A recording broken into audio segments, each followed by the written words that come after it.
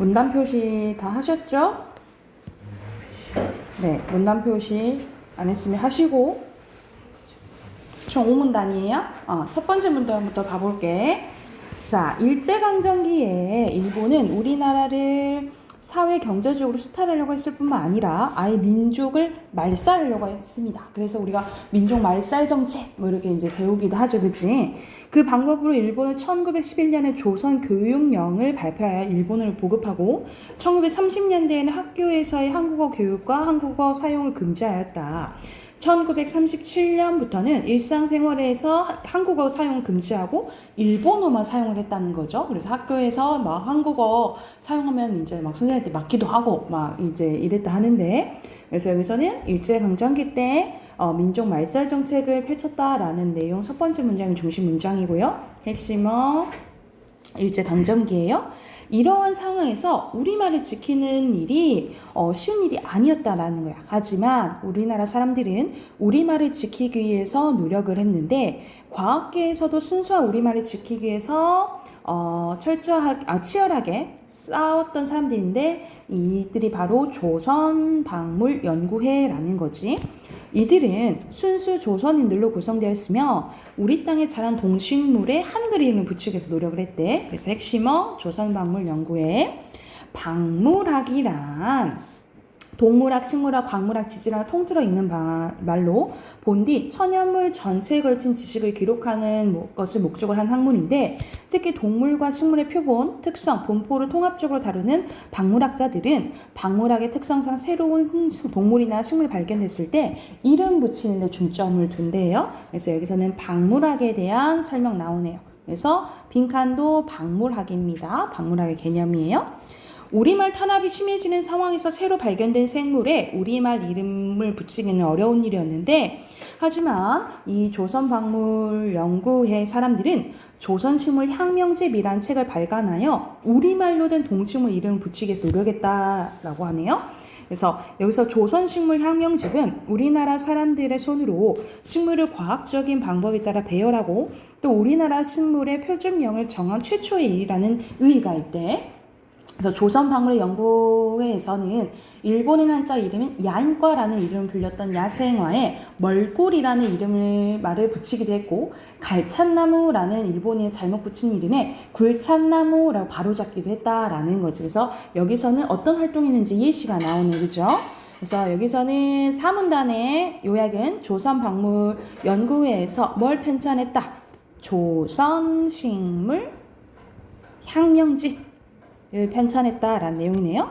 마지막 문단 봐볼게. 이와 같은 조선박물연구회 활동은 일본의 거센 탄압에 맞서 우리 민족의 과학적 자주성을 되찾기 위한 저항운동으로 평가할 수 있다. 게다가 아직까지도 사용되고 있는 많은 식물의 이름들은 이 책에서 정리된 내용을 따르고 있으니 영향력이 실로 대단하다라는 거죠. 그래서 여기서는 두 번째 문장보다는 첫 번째 문장을 중심 문장으로 볼게요. 핵심어는 조선박물연구회입니다. 답 확인해보면 당연히 1번은 조선 박물연구회죠. 자, 2번은 적절하지 않은 것은 여기서 몇 번? 3번 부정적인 영향이 전혀 안 나오죠. 그쵸? 3번이고 책 이름 뭐였죠? 조선 향명집. 그치? 그리고 4번에 적절하지 않은 거? 그치, 한 개 없고요. 5번에는요? 그치, 2번이죠? 오케이. 두 번째 것도 바로 가봅시다. 여기서 이제 지역 축제에 대해서 나오네. 우리가 이제 곧 봄도 오고 봄 오면 이제 축제 같은 거 많이 하잖아요, 그지? 특히 꽃축제 같은 게 많이 하는데, 여기서는 지역 축제의 장단점에 대해서 이제 나와요. 자, 우리나라 곳곳에서는 각 계절마다 각 지방의 특산물과 관련된 다양한 축제가 열리는데 1년 동안 지역에서 열린 축제가 2,400개나 된대요. 엄청 많지, 그지? 이처럼 각 지방에서 열리는 축제들의 긍정적인 측면과 부정적인 측면은 무엇일까? 라고 의문 제기했네요. 요새 핵심어 축제고요. 옆에 빈칸은 지역 축제 넣으시면 되겠죠? 먼저 긍정적인 측면에 대해서 나와요. 지역 축제의 긍정적인 측면은 지역 축제가 지역을 활성화시킨다라는 거죠. 그러니까 사람들이 몰리니까 이 지역을 살린다라고 보면 되겠지. 어떻게 하냐면 예시가 나오는데 매년 봄 진해에서는 벚꽃 축제 하나인 군항제가 열리는데요. 사람들은 봄만 되면 벚꽃을 보고자 진해까지 달려간다. 사람들은 진해에 가서 꽃만 보고 오는 것이 아니라 식사를 하기도 하고 하루 머물면서 진해시를 관광하기도 하는데 이처럼 진해공항시와 같은 군항제와 같은 지역 축제는 낙후된 지역을 변화시키는 원동력이 됩니다. 사람들이 많이 찾음으로써 지역의 특산물, 지역의 문화, 그리고 문화재, 자연환경 등을 자연스럽게 홍보되고 이는 경제 활성화로 이어진다라는 거죠.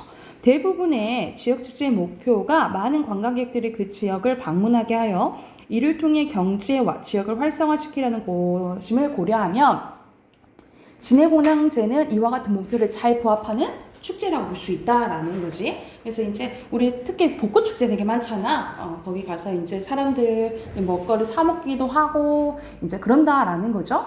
근데 그러나 그러면 상반된 내용 나오겠지, 그치? 그러나 모든 지역 축제가 성공적으로 운영되는 것은 아니라는 거야. 너무 많은 지역 축제가 열리다 보니까 기획이 부실한 경우도 있고 그냥 말만 이제 축제로 붙이고 사실 내용이 하나도 없고 이런 것들이 또 많다는 거지. 그래서 이 때문에 축제를 운영할 때 모든 부분을 신경 쓰지 못하여 예기치 못한 사고가 일어나기도 한다. 게다가 지나치게 환경오염을 유발한다는 지적도 있는데 축제를 찾은 관광객들이 버리고 가는 쓰레기를 비롯해 축제를 사용하는 동안 현수막, 폭죽 이런 건 사실 일회성으로 사용하는 경우 많잖아요. 그치? 쓰고 버리고. 게다가 많은 사람들이 방문함에 따라서 교통체증 그리고 소음 그 지역에 사는 사람들한테 부정적인 영향을 줄 수 있다는 거지. 그래서 다 좋은 것만은 아니다라는 내용이어서 첫 번째 문장을 중심 문장으로 볼게요. 핵심은 부정적인 영향입니다. 그렇다면 지역 축제를 성공적으로 운영하려면 어떻게 해야 될까? 그 방법이 나오겠죠. 자, 첫 번째는 관광객을 하려고만 할 게 아니라 어떤 지역축제 하는 이유를 생각해보고 기획 단계에서 꼼꼼히 살펴봐야 된다는 거죠. 지역축제는 그 지역의 문화와 자연환경 등을 사람들에게 알리는 자리다. 따라서 지역축제를 기획할 때는 사람들이 그 지역의 이름을 듣고 떠올릴 수 있는 문화, 예술적 가치와 그 지역의 전통 문화도 고려해야 된다는 거지. 이때 각종 환경오염이 발생하지 않도록 유의해야 되며 안전사고가 일어나지 않도록 각종 안전장치를 마련함으로써 지역축제의 질과 운영의 완성도를 높여야 된다라고 어떻게 운영하면 좋을지에 대해서 내용이 나왔네요. 그죠? 그래서 여기서 요약은 성공적으로 지역축제를 운영하는 방법 그러니까 넣으면 되겠죠. 자, 밑에는 경제와 지역을 활성화한다는 것은 긍정적인 측면이죠. 긍정적 나오시면 되고 7번에 적절하지 않은 거 뭘까요? 1번 국가의 노력 없지 그치? 1번이고요 8번에 4번 전문가 의견 전혀 안 나왔지 그죠? 오케이 9번에는요 애매합니까? 헷갈립니까? 몇 번? 5번입니다. 그래서 여기서는 다른 지역의 사람들을 유치하는 게 더 중요하잖아. 그치? 그리고 10번에는 잘 운영해야 된다는 소리지. 그치? 그러면 적절한 거 5번이 되겠죠. 오케이. 자, 어휘 순서대로 확인해 보면 1번에 활성화 그리고 2번에 탄압 3번에 원동력이고요.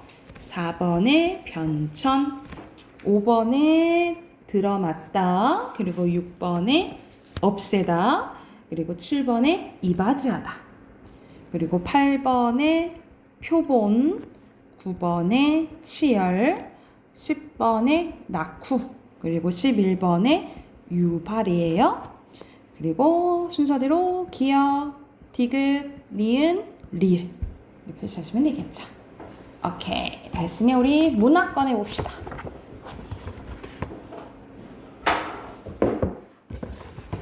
문학 우리 100조 갈 차례예요.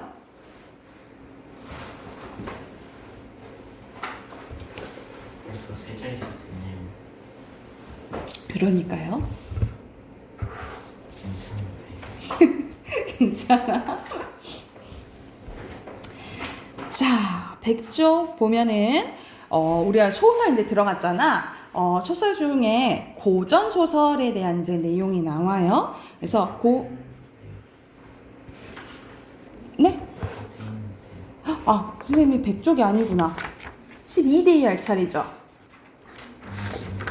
아, 12대이면 106쪽이구나. 106쪽. 그래서 선생님이 이거 했던 거 정리해줬잖아요. 그치? 기억이 나는데. 자, 여기서는 먼저 소설의 특징에 대해서 106쪽 보면 소설의 특징 나오는데, 자, 소설은 가짜 이야기죠. 그쵸? 가짜 이야기여서 첫 번째 특징은 허구성입니다. 그래서 소설은 실제로 일어난 일이 아니라 작가가 꾸며낸 이야기라고 생각을 하시면 돼요. 그래서 우리가 소설에서 말하는 사람은 누구지? 서술자지. 서술자와 이 소설을 짓는 작가는 일치하지 않는다 했죠. 왜냐면 서술자는 다 가상의 인물이라고 생각하면 되니까. 그리고 여기 두 번째로 잘 받으는데, 소설 속 세계는 허구이지만 현실에 있음직함한 일. 그래서 현실 세계를 본뜨거나 반영하는데 그게 모방성이에요. 모방성. 그리고 자, 세 번째는 진실성인데, 진실과 사실성은 달라요. 소설에서는 작가가 전하려는 삶의 진실이나 바람직한 인간상이 담겨져 있습니다. 그러니까는 바람직한 것들, 정말 삶의 진실, 이런 것을 이제 드러내기 때문에 사실성이 아니라 진실성이라고 보시면 돼요. 그래서 사실성이랑은 같지는 않다라는 거 알아두시면 되고요. 그리고 일정한 흐름에 따라서 이야기가 전개가 되지, 그치? 그것을 서사성이라고 합니다. 그래서 뭐 우리가 드라마 보면 서사, 대하 드라마 이렇게 나오잖아요, 그치? 그래서 일정한 따라 흘러가는 이야기라고 보시면 되고, 그리고 줄글의 형태로 이루어진 산문 문학입니다. 그래서 시는 운문이라고 한다면, 우리가 시는 운율이 있어서 운문이라고 하거든요. 근데 소설은 뭘 한다? 산문이다. 산문 기억해 두시면 되겠죠. 그래서 여기 옆에 딱 정리되어 있네. 산문은 줄글의 형태로 되어 있어서 소설, 수필, 희곡을 산문이라고, 운문은 운율이 있어서 시가 대표적인 운문이라고 기억해 두시면 돼요. 자, 한 번 언급했을 거야. 소설의 3요소입니다. 소설의 3요소는 주제, 구성, 문체예요. 소설의 3요소는 뭐다? 주제, 구성, 문체고요. 이 소설 구성의 3요소가 뭐야? 인물, 사건, 배경이라고 보시면 되겠죠. 특히 이 문체도 한번 봐보는데, 이 문체는 무엇을 통해서 드러나냐면 이것도 세 가지를 통해서 드러나는데, 자, 예를 들어서 형호가 일어났다, 형호가 밥을 먹는다, 형호가 학원을 갔다, 이렇게 쭈르륵 써져 있는 거 있잖아요, 그치? 그것을 서술이라고 하고요. 우리가 예를 들어서 그는 우수에 젖은 눈빛과 앵두 같은 입술을 갖고 있었다, 뭐 이런 식으로 나오면 어떻게 생겼는지 약간 떠올려지잖아요, 그치? 약간 그림 그리듯이 쓰는 것을 묘사라고 하고요. 그리고 인물들이 주고받는 말, 대화가 있어요. 이런 식으로 서술, 묘사, 대화를 통해서 드러나는 게 문체라고 생각을 하시면 돼요. 그래서 문체는 작가마다 이제 개성이 드러난다. 왜냐, 우리가 잘 아는 사람 보면 이렇게 글 쓰는 스타일만 봐도 이거 누가 썼네, 이거 누가 쓴 것 같은데, 이렇게 눈치를 좀 챌 수 있잖아. 그게 이제 이 문체를 통해서 드러난다라고 생각하시면 돼요. 그리고 소설의 구성 단계입니다. 발단, 전개, 위기, 절정, 결말, 위주, 그쵸? 이렇게 표시되는 것은 뭐의 갈등의 정도에 따라서 이렇게 올라가고 내려가는 건데, 자, 발단은 사건과 인물, 배경이 소개가 되고요. 그리고 자, 어떤 사건이 일어날 것 같은, 여기 밑에 써놓자. 사건 실마리가 제시가 된다라고 보시면 됩니다. 그러니까 어떤 사건이 일어날 것 같은 힌트를 주는 부분이 발단이라고 보시면 되고, 자, 전개에서 사건과 동시에 이제 갈등이 발생하게 됩니다. 그리고 가끔 가다가 다 그런 건 아닌데 이제 소설마다 다르긴 한데 이어질 내용이나 이어질 사건이나 아니면 결말을 암시하는 부분이 있거든요. 그것이 제시되기도 하는데 그걸 뭐라 하냐면 복선이라고 합니다. 그래서 복선이 제시되기도 한다라고 보시면 되고요. 그리고 위기는 갈등이 심해지고 긴장감이 생기고 절정이 뭐의 최고조야? 갈등. 그렇지. 갈등의 최고조가 절정이고요. 사건 해결의 사건 해결의 실마리가 제공된다라고 생각하시면 됩니다. 그리고 마지막에 사건이 마무리되고 갈등이 해소가 되죠. 그리고 추가적으로 이때 인물 또는 주인공의 운명이 결정된다라고 보시면 되고 주제가 드러난다라고 보시면 됩니다. 주제가 드러나는 부분이 결말이라고 보시면 돼요. 자, 그래서 여기서는 인물들 나오지, 인물들이 나오고 낯선 사람이 왔다. 그래서 사건이 일어나는 발단 부분이라고 생각하면 돼요. 그래서 여기서는 오늘 할 부분은 전체적인 소설의 특징과 소설의 3요소 그리고 소설 구성의 3요소 한 거예요. 해당하는 문제 107쪽 있죠? 바로 풀어봅시다.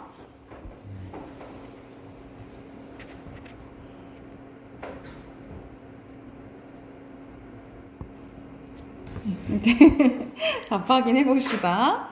자, 여기서는 기숙사는 현실 세계를 방영한 당연히 허브의 세계죠. 소설이니까, 그지? 실제일 수 있잖아요. 아니, 소설이잖아. 소설은 나 허브니까. 그리고 여기서는 깊은 밤 웃음소리, 말소리 들린 사건이 일어나고 있죠. 그쵸? 자, 그리고 밑에는 아다다와 수롱이는 윗글을 구성하는 당연히 인물이고, 그리고 여기서 갈등이 심해진대. 그러면 절정이겠죠. 그리고 윗글에서는 어디에 갇혔어요? 냉옥에 갇힌 부마가 원수가 좀 환영을 먹고 추위 이겨낸 사건이고요. 어휘 순서대로 용이 어물거리며, 그리고 8번에 토박이, 9번에 초월입니다. 자, 앞으로 가서 작품 2개 볼게요.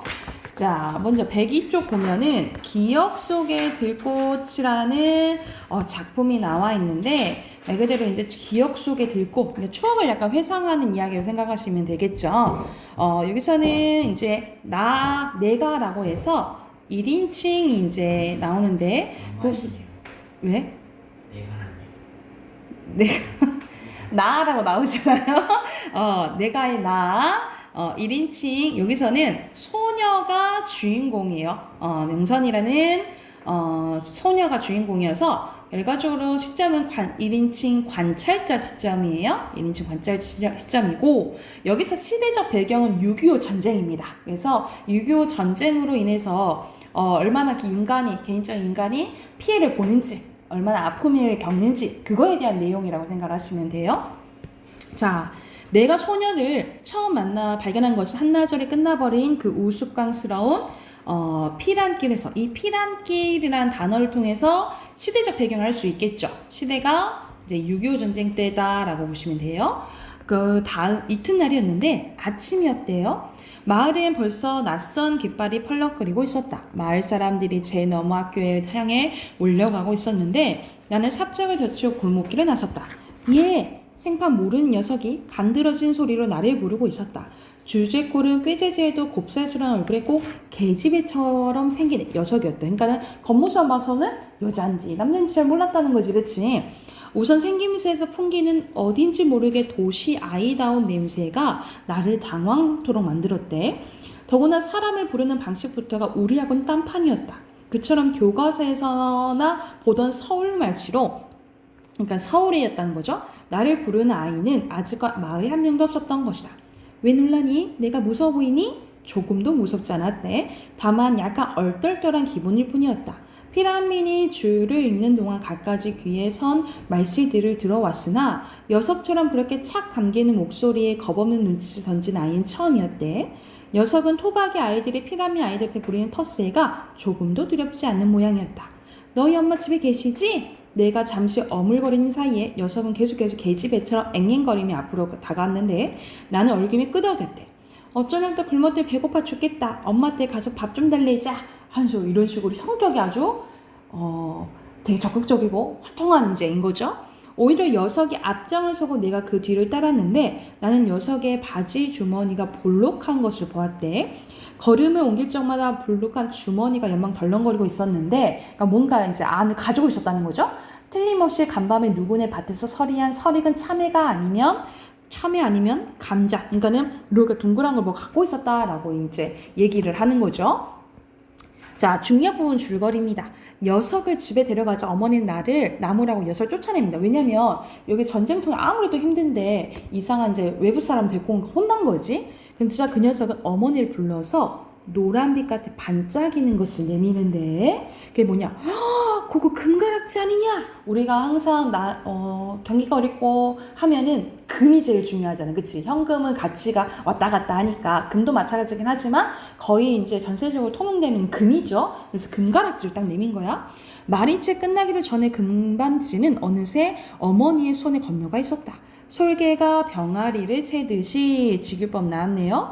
서울 아이의 손에서 금반지를 낚아채 어머니는 한참을 떠보고 내립떠보는가 하면 혓바닥으로 침을 묻혀 무명저고리 앞섬에 싹싹 문질러 보다가 나중엔 이빨로 깨물어 보기까지 했대. 우리 보통 진짜 금인가 하면 깨물어 보잖아, 그지? 마침내 어머니가 만족스러우면서 아가 너 이런 거 어디서 났냐? 옷고름 실밥이 뜯어 그 속에 얼른 금반지를 넣고 웅숭 깊은 저 밑바닥까지 확실히 닿도록 2번 흔들고 나서 어머니는 서울아한테 물어봤는데 놀랍게도 어머니의 목소리는 서울아이의 그것보다 훨씬 더 간드러지게 들렸대. 땅바닥에 주웠어요. 숯분해가 떠난 다음에 그 자리에 가봤더니 글쎄 여기 떨어져 있잖아요. 녀석이 이제 아주 의기양양한 태도로 당당하게 대답했대. 그 말은 어머니를 별로 귀담아 듣는 기색이 아니었다. 어머니 연신 싱글벙글 웃으며 가며 녀석의 잔등을 요란스레 토닥거리며 쓰다듬고 하는 것이었다. 아가, 요 다음번에 요것들이랑 생거리라는 다른 사람 말고 꼭 이 아줌마한테 가져와야 된다. 알겠냐? 네, 꼭 그렇게 하겠어요. 어서 방 안에 들어가자. 어린 것이 천리타간에 부모 잃고 식구 놓치고 얼마나 배고프고 속이 작았냐? 하면서 이러면서 명선이는 우리 집에 살게 되었대. 마지막으로 우리 마을에 남게 된 피란민이었다라고 얘기 나오는데 여기 방에 이제 나의 집에서 잠깐 지냈는데 얘가 혼자 있잖아. 그래서 집에 지냈는데 처음에는 남자인 줄 알아요. 왜냐면 남자애 같다 했잖아, 그치? 근데 사실 여자애였어. 그래서 그게 밝혀지고 나서 얘가 이제 명선이가 집에 나가요. 그러니까는 그 전에 자꾸 이 금가락지 하나 가지고 얘를 다 키워줄 순 없잖아. 그래서 부모님이 자꾸 약간 내쫓기를 하거든. 그때마다 또 금가락지 하나 나오고 또 금가락지 하나씩 이게 나와요. 근데 사실 갖고 있으면 불안하니까 이 명선이가 이렇게 절벽 같은 데 있잖아. 절벽 같은데 이제 콘크리트가 이제 부러진 이런 다리쯤에 이렇게 막 이렇게 예를 들어서 이 정도 되어 있는 이렇게 보통 사람들이 안 가는 곳 있죠. 여기에서 여기에 주머니 그 가락지들이 담겨져 있는 주머니를 숨겨놔요. 그런데 이 명선이가 부모님이 전쟁 중에 폭탄 터지면서 부모님 다 잃게 되거든요. 그래서 그때 어머니가 위에서 죽고 자기는 깔려서 살게 돼. 그래서 이 폭탄 소리나 뭐 이렇게 터지는 소리에 트라우마가 있어요. 그래서 나랑 명선이랑 같이 여기 다리를 가게 되는데 명선이가 이 금가락지를 이제 꺼내려고 이쪽으로 가는 순간에 펑 하는 이제 폭탄 소리가 들려요. 그래서 얘가 트라우마에 깜짝 놀래서 명선이가 떨어져서 이제 죽게 되거든요. 죽게 되고, 이제 마지막에, 명선이가 왜 이쪽으로 갔을까 궁금해서 혼자 가보게 돼요. 마지막에 결말에.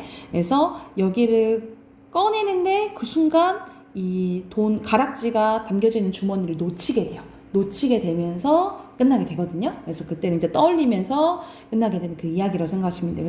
그래서 명성이 불쌍하잖아. 그래서 이 전쟁으로 인해서 이 한 인간이 얼마나 이제 힘들게 살게 되는지, 피해를 보게 되는지에 대해서 나온 소설이라고 생각하시면 돼요.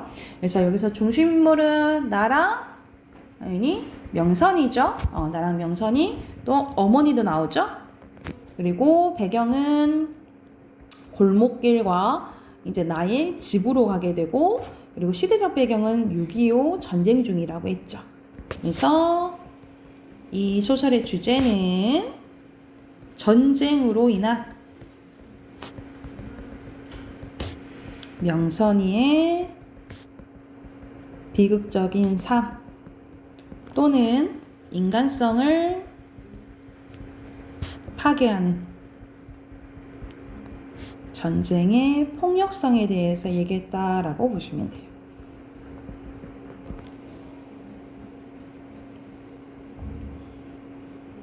주제 썼으면 밑에 네 문제 풀어볼게요.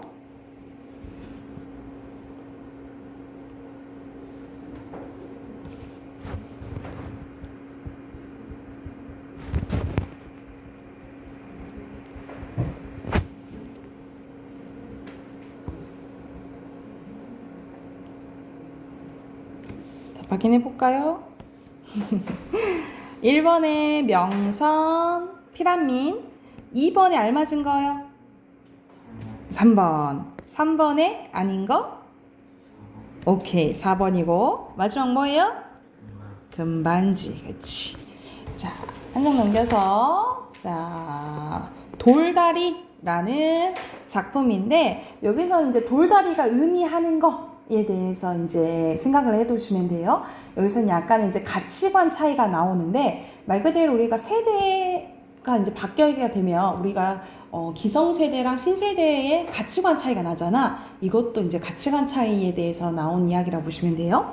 자, 여기서 아들이 나오는데, 아들은 의사예요.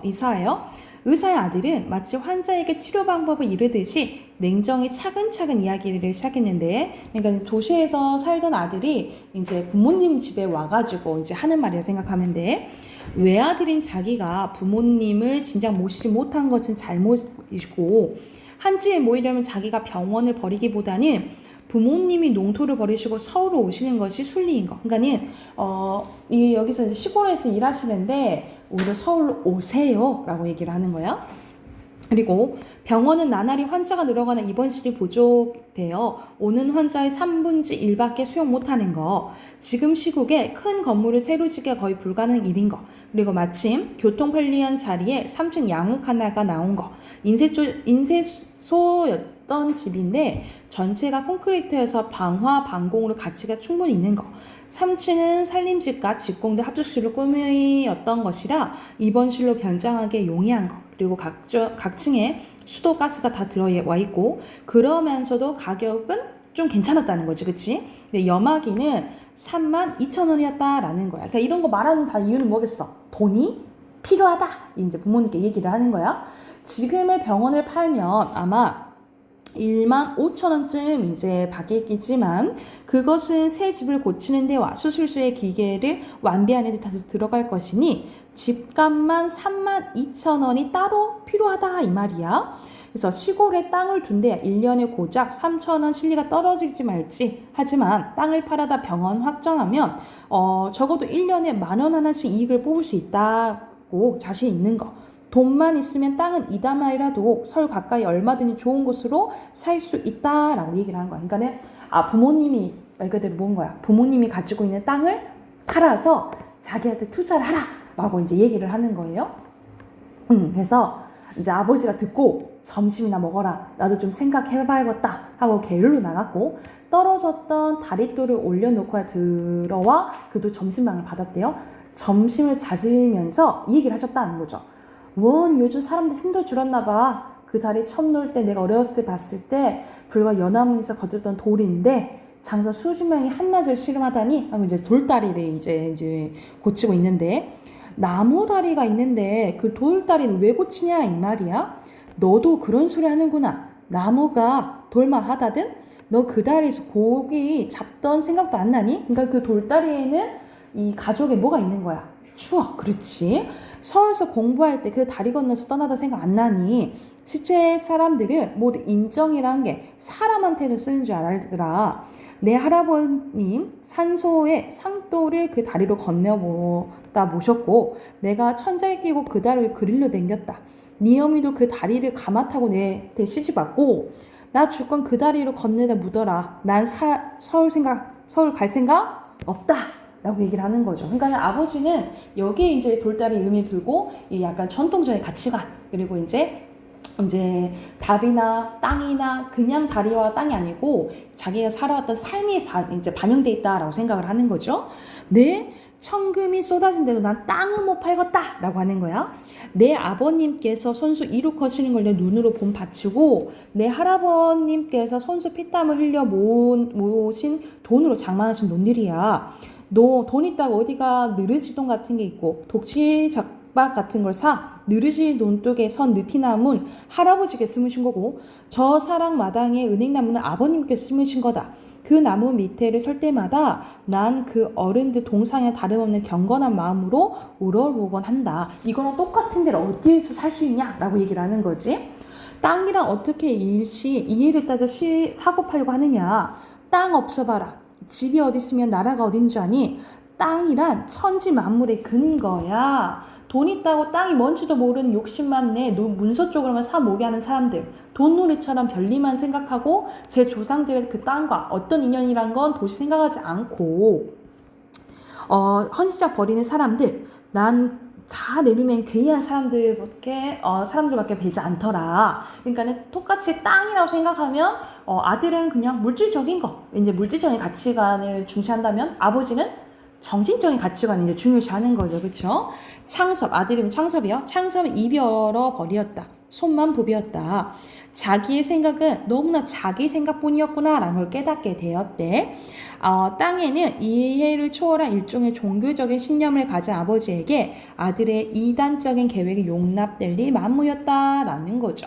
그래서 여기서는 아들의 심리가 나왔지, 그치? 그리고 아들, 창섭, 뭐 아빠, 이렇게 아버지 이렇게 나오니까 시점은 전지적 작가 시점이라고 보시면 돼요. 그래서 결국 아버지의 뜻을 알고 그 다음날 이제 그냥 아들이 떠나게 된다. 그리고 이제 끝나게 된다라고 생각을 하시면 돼요.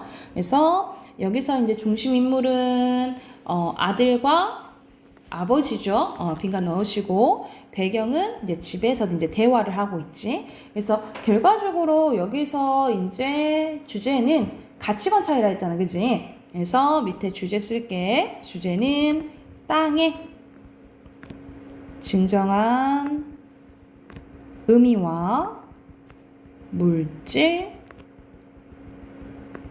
만능주의에 대한 비판이 들어간다라고 보시면 되겠죠. 그러니까 땅을 돈만으로만 생각해서는 안 된다라는 이제 의미가 담긴 소설이라고 보시면 돼요. 자, 썼으면 또 밑에 해당되는 문제 8번까지 풀어봅시다.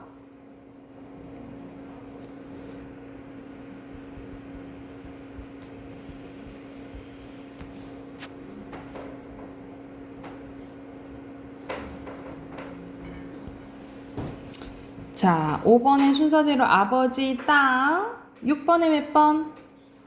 3번, 오케이. 7번에 5번. 오케이. 8번에요. 돌다리와 상관됐지. 돌다리도 있고 뭐도 있다 있어. 그렇지. 나무다리. 오. 오케이. 문법 꺼내봅시다.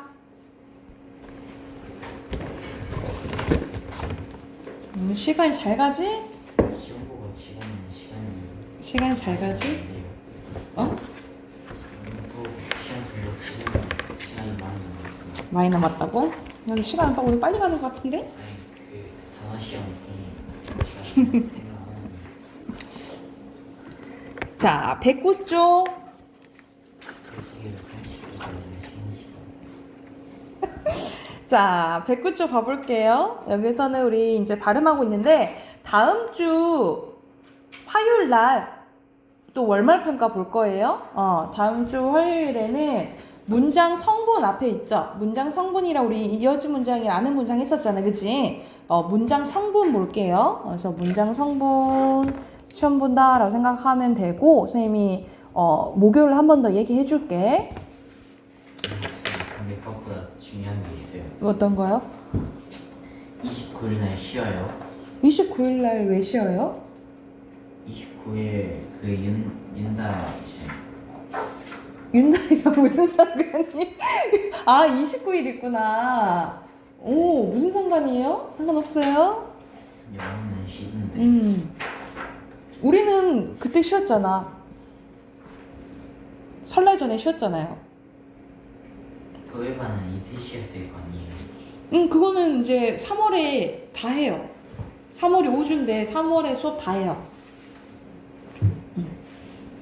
자, 저희는 안 해요. 네? 저희는 3월 때 안 해요. 3월에 쉰 날이 없어요. 3월 4주인데요. 주말이 5주고. 아. 자, 받침.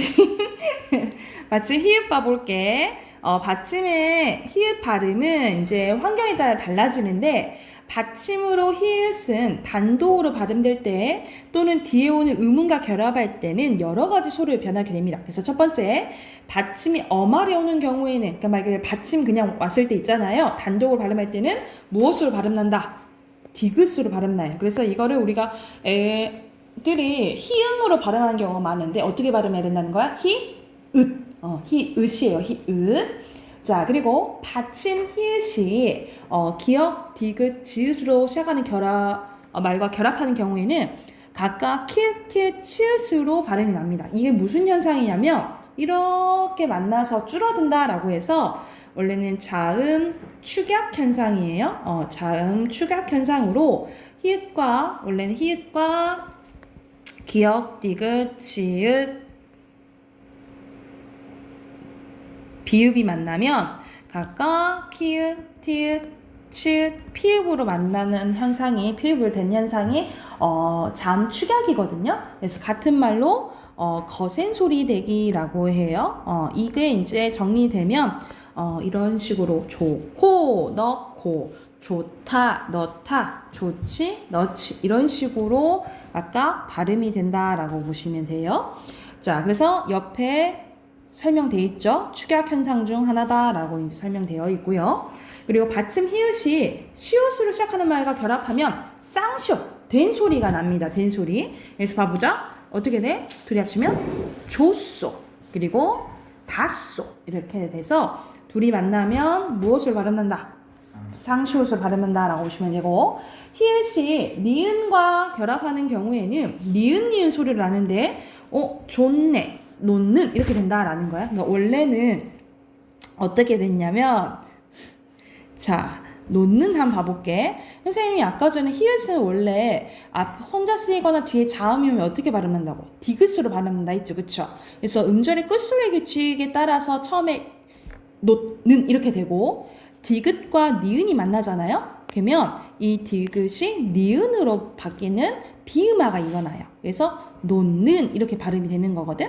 그래서 원래는 음절의 끝소리 규칙, 비음화 현상이 이제 일어난다라고 설명을 해야 되지만 결과적으로 보면 히읗과 니은이 만나면 니은으로 발음된다라고 나온 거라고 생각하시면 돼요. 이해됐을까요? 그래서 이런 식으로 발음된다라고 보시면 되고, 받침 히읗 뒤에 모음으로 시작하는 어미나 전미사와 결합하는 경우에는 소리가 나지 않는다라는 소리는 뭐야? 히읗이 탈락된다 이 말이겠죠. 그래서 의문에 이거는 옆에도 나와 있지. 탈락 현상이라고 해. 그래서 우리가 이거 조라고 안 하잖아. 다라고 안 하잖아, 그치? 좋아, 다 이렇게 되는 거죠. 그래서 모음으로 시작하는 어미나 전미사와 결합하는 경우에는 히읗이 탈락된다라고 보시면 돼요. 그래서 여기서는 히읗 발음이 환경에 따라 달리 이렇게 발음된다라는 게 정리되어 있고, 밑에 바로 풀어볼까요? 하고 뒤로 넘어갈게요. 바로 풀어보고 답 확인해보자. 쌤, 근데 실제 발음된 자음이 그거 있잖아요. 네. 히읗 플러스 모음할 때 네. 그거는 뭐예요? 어떤 거 말하는 거예요? 여기 이거요? 이 표시 말하는 거예요? 이거는 발음되지 않는다라는 걸 표시하는 거예요. 발음되지 않는다라는 걸 표시하는 거예요. 파이처럼 생겼네요. 이렇게 표시해요. 이렇게. 파이처럼 생겼네요. 파이요? 네. 파이요? 아니, 파이 대문자는 이렇게 쓰거든요. 이렇게. 아, 그 비슷해요? 사람들이 공집하고 이렇게 써. 그치, 공집파 없는 거 맞아요. 안 쓰일 때 이렇게 표시해요. 이렇게 하면 싸 어떻게 발음해야 돼? 싸 이고지 x 빨갛게 맞죠? 닿는 맞죠? 실소 나타 이렇게 되겠지, 그치? 자, 뒤로 넘겨서 자 앞에 해당하는 거 문제거든요. 111쪽부터 113쪽까지 읽다가 아니다. 114쪽까지 있죠. 114쪽까지 문제 쭉 풀어봅시다. 20문제예요. 20문제예요. 20문제요. 20문제요. 111쪽부터 114쪽까지 문제 푸세요. 쓰는 문제는 어려워요.